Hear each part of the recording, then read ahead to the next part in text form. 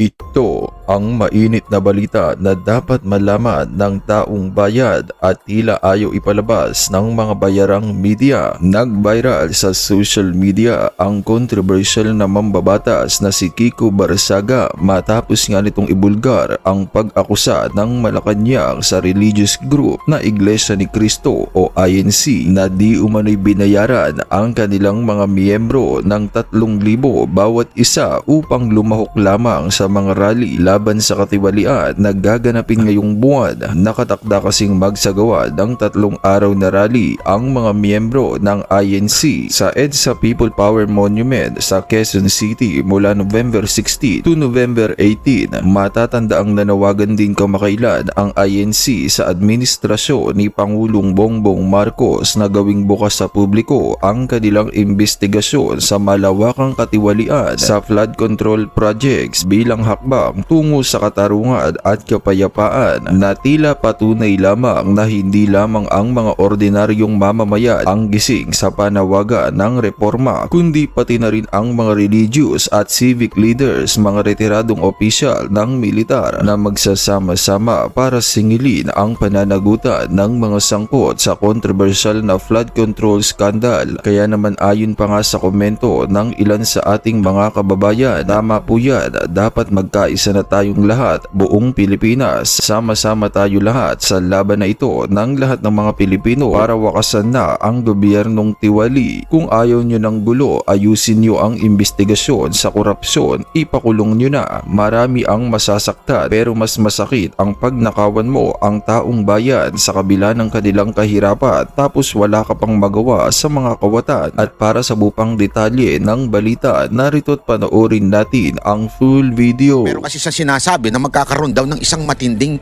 rally. Nako, sa EDSA. Sa November, naku po, patay tayo dyan. November 16 and 17, bakit 2 araw? Parang, ito ba yung EDSA na magbabago na ng kasaysayan ng bansang Pilipinas? Ewan ko, pakinggan nyo na lang. Ay, magandang araw po sa inyong lahat, ha? Ay, magandang araw din, sir. Medyo malamig na po dito sa Netherlands, no? Mga 10 na. At talaga naman pong pa-winter na, no? Tapos na po yung autumn, ang mga dahon sa mga puno ay nalalagas na. Tapos na yung mga makulay na tulay ng mga dahon at ngayon po talaga nakakalbo na sila. At nararamdaman ko na ang lamig sa hangin dito. Ang sakit nyo naman makasalita. Ano nakakalbo? Gago! Kasi pag yung nakakalbo, parang ang sakit makasalita eh. Parang tinatamaan ako doon. Dahil ganoon pa man, bukas ngayon ang aking bintana kasi marami akong mga leftovers na pagkain na parang refrigerator naman ang sala ko. Dahil maliit lang ang refrigerator, iniiwan ko sa labas yung mga pagkain dito sa sala, binubuksan ko bintana. Meron namang pintuan kasi ang aking sala at pwedeng maging refrigerator itong aking sala. No? Congratulations nga pala dun sa aking mabuting kaibigan, si Tina Legarda, nakakuha ng Michelin star yung kanyang restaurant na Kumba dyan sa BF Homes. Congratulations ha sa mga nakakuha niyang Michelin na yan. Okay? Hoy, eto ha. Alam nyo ba, bakit tinawag na Michelin yan? Para lang sa ano natin ha, kakaalaman natin. Yung Michelin kasi, gulong yan eh. Ano kinaugnay niyan sa pagkain? Totoo, gulong yan. Kaya nga tingnan mo yung ano nila, yung kanilang mascot, gulong. Yeah? Yung may hawak ka, basta gulong yan. Alam mo kasi nung unang panahon ng Hapon din. Nung unang panahon, yung Michelin, naglabas sila ng ng parabagang mga listahan ng mga hotels, ng mga restaurant na ini-encourage nilang mag-travel ang tao. Para dahil nga sa gulong yung kanilang kumpanya. Para paggamit mo daw yung kanilang gulong ay tuloy-tuloy na maganda ang iyong pagta-travel. Tapos eventually, yung nilalabas nilang listahan, ang pumatok doon, accidentally, ang pumatok doon yung mga restaurant. Yung mga ini-endorse nilang restaurant, yun nagsimula yun. At eventually, naging parabagang pamantayan niya na pag tinawag ka may Michelin star ka, ibig sabihin, ikaw ay inendorso ng isang prestihiyosong kumpanya at sinasabing sobrang sarap doon sa pagkain mong yun. Yun ang kasaysayan niyan, alam nyo ba? It was an hindi naman accident, pero it was not the main purpose of that endorsement ng, kasi gulong nga sila, di ba? Gulong company. Alam mo, sa buhay, may mga ganun. Aksidenteng nangyayari sa buhay natin. That would eventually, akala natin, ito'y magiging kahirapan. Ito'y magiging sumpa. Ganun eh. Pero if you would only trust the process, sa ika nga, doon ka dadaan. Doon pa dadaanin ang buhay mo at eventually magbabago. As a matter of fact, marami ang nagbago ang buhay noong panahon ng pandemya. maraming negosyante ang nagbago ang buhay nung pandemya. Lugmok yung kanilang mga negosyo bago magpandemya. Pero dahil sa tulak ng pandemya, dahil tumigil ang lahat, nag-online, and eventually pumutok. As a matter of fact, marami nga nagtatanong, kailan ka ba nagsimula mag-vlog ng sayo? Kasi alam naman ng lahat nun, ako po'y staff po ni Mocha, at yun po ako, nagbablog po ako dun sa Mocha Uson Vlog. Wala po akong sarili. It only happened during the pandemic. Kasi nga, wala magawa. So, video-video ako mag-isa, walang nanonood.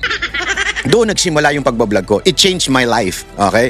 Ganon din sa atin. Marami sa ating buhay na magbabago dahil nga sa ito yung mga pangyayari. Anong ibig ko lang sabihin? I'm just encouraging you, mga banateros.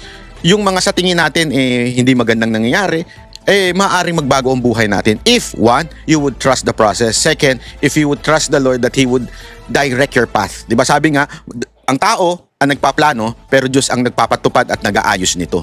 So, yun lang. Gusto kong sabihin. Eastern or Mediterranean cuisine. Di pa ako nakakakain dyan kasi binuksan niya, wala na ako sa Pilipinas, no? Pero it must be good dahil matakin nyo, nakakuha siya kagad isang Michelin star, no? At karangalan talaga yan dahil konti-kaunti naman po talaga ang mga restaurants na mayroong Michelin star dyan sa Pilipinas. So maybe one of these days, baka maimbitahan natin si Chef Tina, no? Para sa isang talakayan ng Sir, pwede po ba, since wala naman kayo dito, pag inimbitahan kayo, ako na lang pupunta. Ako na lang magbablog. Wala naman kayo dito Hindi nyo ma-enjoy yun. Ako na lang mag-enjoy. Kita natin kung ano ang kanyang sikreto at nakakuha siya ng Michelin star kaagad. No? Congratulations, Tina. So pag-usapan po natin, nakakuha na tayo ng konfirmasyon sa Facebook na galing kay John Lee na isang iglesia member na meron na po talagang nakatasang rally sa EDSA ang Iglesia ni Cristo. Nako. Kung maalala nyo, yung huling nag-rally ang Iglesia ni Cristo sa Luneta, napuno nilang Luneta. 1.4 million ang nag-attend. No? At sigurado ako na itong panawagan nila ng 2 araw na pagrarally, mapupuno nila ang EDSA. Kasi ang EDSA, mas madali naman mapuno yan. Bagamat yan po ay mahaba, makitid po, no? Hindi gaya ng Luneta na malawak. Ang tanong na marami, ito na ba inaantay natin para matapos na ang administrasyon ni Marcos Jr.? At talaga naman pong dapat matapos na. Doon sa mga nag-iisip pa kung dapat bang mawala ng Marcos administration, maawa na po kayo sa Pilipinas. Umabot na po ng 60 ang palitan sa piso. Ibig sabihin, wala na pong kumpiyansa kahit sino sa piso. Bakit po? Kasi nga po lumalabas na napakahina na ng ating ekonomiya dahil nga po sa dalawang bagay, no? Sa korupsyon, nalantaran, at pangalawa, doon sa masamang pangrelasyon na panglabas ng Pilipinas na talagang inaaway ng Marcos administration, ang pinakamalaki at pinaka-importanting trading partner ng buong daigdig ngayon, ang bansang China. Yan po ay ating pinagbabayaran na ngayon. At ang resulta po ng mas mahinang peso ay lahat po ng inaangkat natin para sa pang-araw-araw nating pangangailangan. Ang unahin na dyan ay gasolina, ay lalo pa pong tataas ang presyo dahil nawawalan po ng balor ang piso. Mas maraming piso ngayon na kinakailangan para bayaran yung ating gastos, lalong-lalo na sa gasolina. No? At siyempre, lahat naman po kapag tumaas ang presyo ng gasolina ay tataas. Kasama na po dyan ang presyo ng pagkain dahil lahat naman po ng pagkain meron talagang halaga for transportation. No? Now, bukod pa po dyan, all-time low na po ang ating stock market. We have the worst performing stock market. Una-muna, pag-usapan natin yung peso. Maraming faktor ang pagtaas ng piso. At atin nga ho itong pinag-aralan. Alam nyo, isa sa sabi nga nila, global ang dahilan. Kasi sinasabi nila, hindi, global naman yan. Yes, tama naman din kayo. It is globally, kung tumataas ang ekonomiya ng Amerika, talaga naman din tataas ang value ng dollar nila. Pero more than that, meron ding factor like local factor. Ano ibig sabihin? Mas marami po kasi tayong ini-import kesa sa tayo mismo nagpo-produce. So ibig sabihin nun, simple lang. 'Di ba yung law of supply and demand? Pag marami tayong kinukuha, binibili sa ibang bansa, ibig sabihin, maraming pumapasok na nilalabas tayong peso, kumukuha tayo sa kanila, bili tayo ng bili, 'di ba? Iba naman yung mga OFW nagpapadala ng pera sa atin. So, marami naman pumapasok na dolyar sa atin. Pagka bumili tayo, sabihin, ini-import natin, marami tayong nilalabas. Binabayaran natin So, isa yung factor na yun. Dahil nga, import tayo ng import, mahina ang production natin, mahina ang ekonomiya natin, talagang tataas at tataas. Kasi nga, ang presyo tataas pagka marami bumibili. Ganun lang naman kasimple. Pag marami bumibili, itataas yan. Pero kung wala nang bumibili dyan, 50% na lang yan. Kaya ganun naman sa mga mall, di ba? Pag wala ka. Halimbawa ngayon, ang daming sales sa SM. Bakit? Kasi nauso ang TikTok, Shopee, Lazada. So yung mga tao minsan tinatamad ng pumunta sa mga SM, una matraffic, tapos mas mahal pa minsan ang presyo sa SM. Syempre kasi parang middleman ng SM eh. Oh, di ba? Tapos nung naglabasan ito mga online, lahat pati Timo, lahat naglabasan na ang baba ng presyo. Kasi direct from the company itself. Yeah? Kaya ngayon, kung pupunta ka sa SM, napakarami pong discount. Hindi pala discount, sale. Ang daming sale. Kasi nga, medyo nabawasan ang bumibili sa SM. Ganun ang ano. So, ano ibig sabihin nun? Tayo, ang dami natin binibili. Import tayo ng import eh. O, ibig sabihin nun, talagang labas tayo ng labas ng pera. Bili tayo ng bili eh. O, tapos ito naman tayo. O, wala na tayo na po-produce. Tapos yung mga OFW natin, hindi rin naman masasabi natin, sabi nga nila kasi, di ba, marami naman tayong OFW, dapat supposedly mako-compensate yung labas ng pera natin sa pasok ng mga dolyar. Hindi rin, no? Hindi rin totally masasabi mong kakayanin. Hindi nag-i-equal. Kaya nga ho, ganito ang resulta ng dolyar. Ang taas. Mahina ang pasok ng pera sa atin. Ngayon, isa lang yan. Pangalawa, yung korupsyon. Ano bang epekto ng direct epekto ng korupsyon? Simple lang ho ha. Ang direct competition ng korupsyon, yung mga investor, yung mga international investor, pag nakikita nila magulo ang isang bansa, natatakot sila mag-invest. So, pagka ganun, hindi pumapasok yung pera. Hindi sila nag-i-invest sa local companies na nandito sa Pilipinas. Natatakot sila eh. As a matter of fact, hindi lang naman sila natatakot. Kahit nga tayo eh. Tama, mali. Minsan, alam mo, eto mga 2-3 taon, sinabihan ako nung sa investment eh. Yung sa stocks. Pero nung aking pinag-aaralan, sabi ko, grabe yung ekonomiya natin, unstable. Para tuloy ako na-discourage na parang sandali, mag-i-stocks ba ako dito? Una, hindi pa nga ako, pinag-aaralan ko pa nga lang, bago pa nga lang ako, unstable na. Oh, nakikita ko na. How much more yung investment na manggagaling sa ibang bansa? Talagang matatakot sila, ba't ganyan ang Pilipinas? Ang tindi ng korupsyon, walang nangyayari. Kaya tuloy, talagang walang papasok na pera sa atin. Yan ang dahilan kung bakit tumataas ang dolyar kumpara sa ating pera. Ang tindi ho niyan. Kaya nga sabi ko nga sa inyo, tiis-tiis na lang tayo. Kasi ayaw nyo magising eh. May mga kababayan pa tayo ayaw magising eh. Tiis-tiis na lang tayo. Hanggang ganito na lang buhay natin. Hanggang 2028. Okay lang ba sa inyo yun? Ako hindi. The world. Ibig sabihin po, yan ay nagpapatunay din na wala na rin kumpiyansa yung mga nangangalakal, yung mga nag-invest, mga nagbibigay ng kapital sa Pilipinas. At hindi na natin kinukonsider na magandang investment opportunity in Pilipinas dahil we have the worst performing stock market on earth ngayon, no? At bukod pa dyan, ayan na po, no? Kinakailangan ng baguhin ang ating mga growth targets. Binaba na po ng growth targets ng administrasyon ang ating paglago ng ating ekonomiya itong taon nito at sigurado sa mga susunod na taon ay ibababa pa rin yan. Ibig sabihin, titindig pa po ang nagaganap ngayon ng pagkagutom sa ating bansa at ngayon, 1 sa 2 Pilipino ang gutom. No? So, yan po ang mga kadahilan kung bakit talagang kinakailangan magpalitan ng gobyerno dahil hindi na natin maantay pa ang 2028. Ulitin ko po hindi rin po pwede na mag-election tayo sa 2028 na nakaupo pa ang mga Marcos. Sigurado po ako, ang mga Marcos dahil hawak nila mga makina na magbibilang ng boto, hindi nila pananalunin si Inday Sara kung sila pa rin ang nakaupo sa 2028. Correct. So kinakailangan po talaga matanggal ang mga Marcos ngayon na, now na, not tomorrow, not in 2028. Dahil baka nga po, wala na tayong kinabukasan na pinag-uusapan. Paano yun? Hindi kasi alam mo, merong nagsabi, binara ko nga ito si Sir Jack eh. Sabi kasi ni Sir Jack, nararamdaman na panaginipan daw niya na nagbago na ang gobyerno. Sinagot ko kaya siya. Sabi ko, dream on! Hindi, alam mo mga kababayan ayoko man sabihin to pero yung supposedly inaasahan natin na para tumulong sa pagbabago ng ating bayan, sa totoo lang mukha na ring pera. Nag-aalala nga sila sa pension eh. Di ba? Nag-aalala sila. Sorry to say, masakit to. Pero alam mo naman si Banat Bay, real talk to eh. Takot din sila eh. Wala ring bayag eh.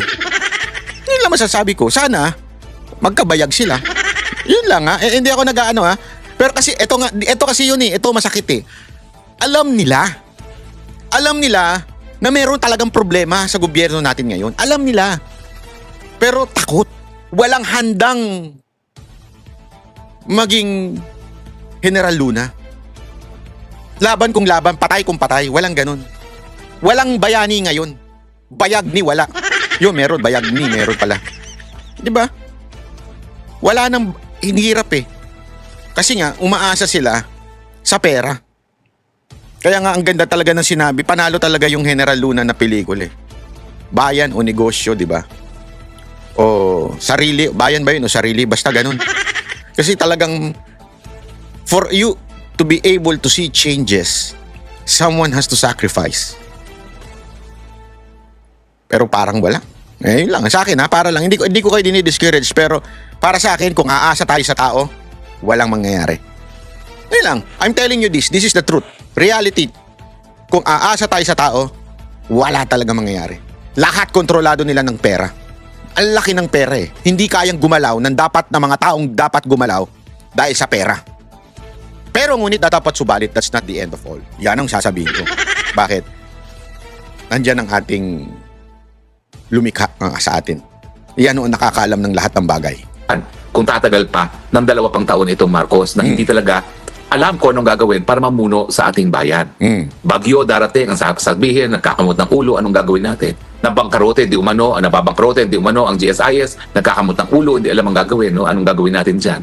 Nakikipag-away sa China sa panahon ng pati ang Amerika, nakikipag-kaibigan sa China. At ang inaasahan pa rin, response ng Amerika dahil kinakailangan nga ng mga Amerikano ang ating lupain para gamitin na base militar laban sa China kung ito ay lulusob sa Taiwan. Hindi naman yan nalalaman na nag-iigi na yung relasyon ng dalawa at naiiwan na tayo sa kangkungan dahil nabawalan na tayo ng balor as far as President Trump is concerned dahil habang wala ng banta na magkakaroon ng military confrontation sa panig ng Amerika at saka ng Amerika, wala na rin saysay sa kanila Pilipinas. So, sinong tutulong sa atin? Wala po. Kaya nga po, yung mga kadahilanan na yan, unang-una yung kadahilanan na kapag hindi siya natanggal, lalong lalala ang pagkagutom ng taong bayan, ang dahilan kung bakit dapat mapalitan na si Marcos Jr. Ang tanong, ito bang rally ng iglesia sapat na beto para tanggalin si Marcos Jr.? Ayan. Well, unang-una po ang panawagan po laban sa korupsyon, yan po ay magkakaroon ng pinakamalaking rally sa Atlanta. Hindi ko po alam kung mapapantayan ng ating mga kababayan yung rally ng iglesia na tinawag para sa November 16 and 17. Siguro ako talaga just to be hindi ako sure dito sa November 16 and 17. I really don't have any information about this. Ako, nagbabase lang tayo sa sinasabi ni Spokes kung meron ba talaga. But I don't think magsasalita naman po yan ng wala siyang nakuhang impormasyon. Sa tingin ko, meron talagang mangyayari sa November 16 and 17. Isang malaking pagtitipon. Sana talaga matupad. A peaceful and lawful rally on the 16 and 17. And I don't think na iglesia lang ang pupunta. Maaring sila ang manguna, pero marami pong pupunta na hindi lang po iglesia. Kayanin naman po yan. Kung 1.4 yung nag-attend ng huling INC rally, siguro naman kayang-kaya ng ating mga kababayan ngayon na mag-organize ng 2 hanggang 3 milyong mga rallyista sa iba't ibang lugar ng Metro Manila at Pilipinas, no? Kung ang pag-uusapan ay protesta nga laban sa malawakang korupsyon. So wala naman pong kaduda-duda na kaya naman po yan malabisan pa. Yan. Ang tanong, tama na ba? Nandyan na ba lahat ng mga ingredients para mapalitan si Marcos? Tingnan natin isa-isa. At ito naman ay babatay natin sa kasaysayan. Yung galit ng taong bayan, tingin ko, mas matindi pa ngayon ang galit ng taong bayan sa korupsyon kesa nung panahon na sinuka si Marcos Sr. No? Kasi nung Marcos Sr., limitado ang nalalaman ng taong bayan. Kasi ang meron lang tayo noon, dahil nga wala tayong malayang pamamahayag, yung mga tinatawag natin mosquito press. Pero ngayon, lantad na ang korupsyon kung gaano katindi ito dahil nga sa internet, no? So ikaw ay talagang taga Planet Mars kung hindi mo pa alam kung bakit nagagalit ang tao ngayon sa tindi ng korupsyon ng Pilipinas, no? So tingin ko katumbas na yan. Pangalawa, yung kahirapan ng tao. Kung maaalala nyo po, yung napatay si Ninoy Aquino, nagkaroon din ng krisis pinansyal sa Pilipinas kasi nga po na-devalue rin ang peso, nawalan din ng balor ang peso. Gaya ng nawawalan ng balor ngayon ng peso, no? Kasi gaya na aking sinabi kanina, no, kapag nawalan ng balor ang peso, nagiging mahal lahat ng inaangkat natin at unfortunately, lahat ng kinakailangan natin sa pang-araw-araw na buhay, inaangkat pa rin natin. So nagiging mas mahal yung mga bagay-bagay na kinakailangan natin sa pang-araw-araw na buhay. So tingin ko yung kahirapan, mas matindi pa nga. Ngayon nga, nami-measure na natin kung ilan yung naghihirap. Ngayon, kalahati ng Pilipino naghihirap. Pero hindi ako magtataka kung mas matindi na ngayon ang figura kasi hindi naman umunlad ang ating ekonomiya. Talagang in went from bad to worse. So sa tinding ko, mas matindi pa rin ang ating kahirapan. Ang pangatlo is, alam naman natin na hindi talaga mapupwersa magbitiw sa pwesto ang mga presidente kung nandyan pa rin ang suporta ng hukbong sandatahan. So yan ang wala akong alam. Yo. Kasi unfortunately, ako ay nasa Netherlands. Hindi ko alam kung anong pulso ng mga militar. Pero mga militar naman, kabahagian ng lipunan ng Pilipinas. Kung nararamdaman ng ordinaryong pamilya ang hirap ng buhay, I'm sure nararamdaman din yan ng ating mga kasundaluhan. Bagamat ngayon kasi nga, Ang tanong,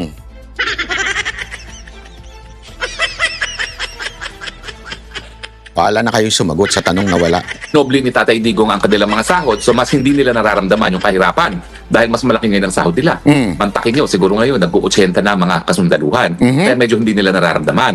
Pero habang nawawalan ng balor ang peso, talaga namang lumiliit din ang purchasing power ng mga kasundaluhan. So ramdam na ramdam din nila yung pagtaas ang presyo ng bilihin at kahirapan ng buhay. Now, ang problema din ay meron ba rin mga opisyales sa ating hukbong sandatahan na magpapakabayani gaya ng ginawa ni Fidel Ramos at ni JPE. Sa Yun ngayon, ang tanong tingin ko dyan. malabo yan. Dahil ang Browner at ang Gibot Teodoro talaga naman pong walang pinapakitang kabayanihan sa ngayon. No? Ang kanilang pinapakita ay yung walang batid na suporta dito sa administrasyon ng Palpak. No. Ay itong ang si Gibot Teodoro dun sa ASEAN Summit nagmalaki pa na hindi raw niya kinausap ang kanyang counterpart na Minister of National Defense ng China dahil masasama daw ang ginagawa ng China. Hello? Lahat ng tao gusto nga makipagkaibigan na sa China, lalong-lalo na si Marcos Jr. na nagpumilit pa na kamayan si President Xi na labag sa protocol.